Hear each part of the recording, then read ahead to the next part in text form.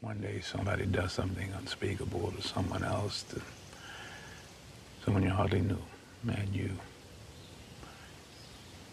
do something about it because you can. This story comes to us from Click Orlando. A Daytona Beach police officer has been fired following an internal investigation into a use of force encounter earlier this year, according to the Daytona Beach Police Department. Fired.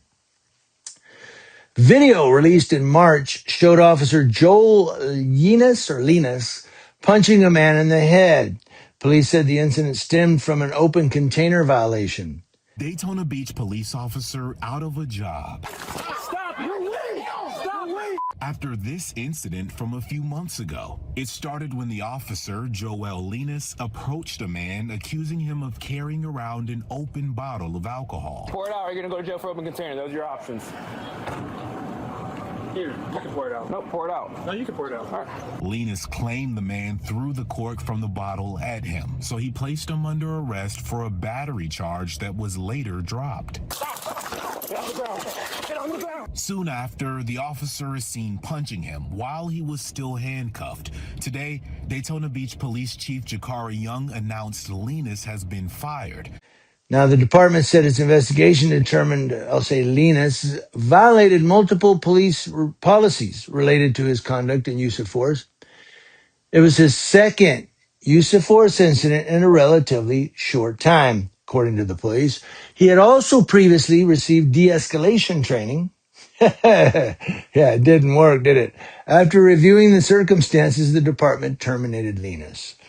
Now, Daytona Beach Police Chief Jakari Young issued a statement acknowledging the challenges officers face while also underscoring the department's commitment to holding officers accountable. Said, I want to recognize the more than 200 men and women who serve as police officers with this department, said Young. Law enforcement has become increasingly difficult over the years, and our officers are asked every day to deal with people during some of the worst moments of their lives, and they are often faced with situations most people will never experience. Now, the Coast Florida Police Benevolent Association, a union, released the following statement, saying in part, we could not disagree more with this absurd outcome. This entire incident is the fault of the suspect, not the officer. Sadly, this department has chosen to ignore the obvious, that he did what they asked him to do and terminated a hard-working cop who proudly served our country in the military as well. But he was in the military. He's a hard-working cop. He just had a bad day. Now he's being fired. Boy, the union kills me, man. The police union kills me because they back bad cops again and again and again and again. So why is this cop being fired, though? One, he's a black sheep and they just don't like him. Let's get rid of Jack, whatever. Linus, let's get rid of him. Or two, he did wrong and they want to get rid of his ass because he's a F-up.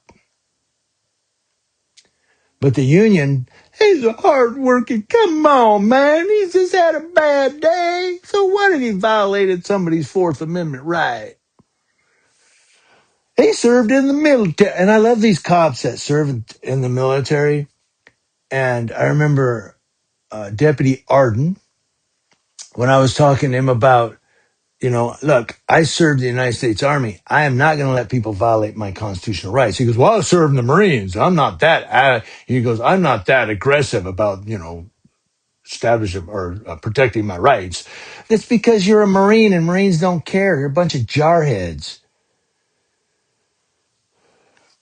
What can I say? But no, that's what he said. I kind of fumbled it there, but I was trying to remember exactly what he said. But, I said that I was in the United States Army. I'm all about the rights of citizens. I did it for 15 years. I'm doing it still, protecting people's civil rights. Well, I was in the Marines and I'm not that aggressive about protecting rights. Then you're a sorry-ass veteran. I'm sorry, but it's true. You're a sorry-ass veteran. No, it's because he's a cop. Because he's a cop. That's why. But I digress. What I'm really getting at here is how, what am I getting at? No, what I'm getting at, I'm going to try to match this up here, is how this union here is saying, well, he served in the military. You know, he's a hard worker. Well, if he served in the military, he should protect people's rights. He should respect people's civil rights, people's Bill of Rights, the first 10 amendments. Well, the amendments, but the first 10, right? The Bill of Rights. He should be protecting those. He served in the military. What did he do it for? College money?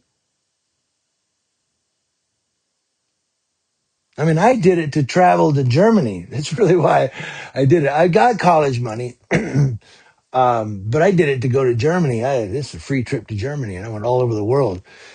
But while I was in, I started to, my perspective started to change a little. Like, hey, I'm protecting people's rights. And then Desert Storm, Desert Shield hit, or Desert Shield, Desert Storm, and then I realized that, you know what, I'm protecting people's civil rights. When I got out of the Army, I just kind of kept that. Like, you know what?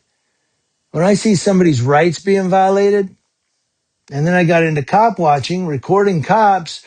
Yeah, if you violate someone's rights and I'm nearby, I'm recording your ass. And it's nothing personal. Well, it is personal.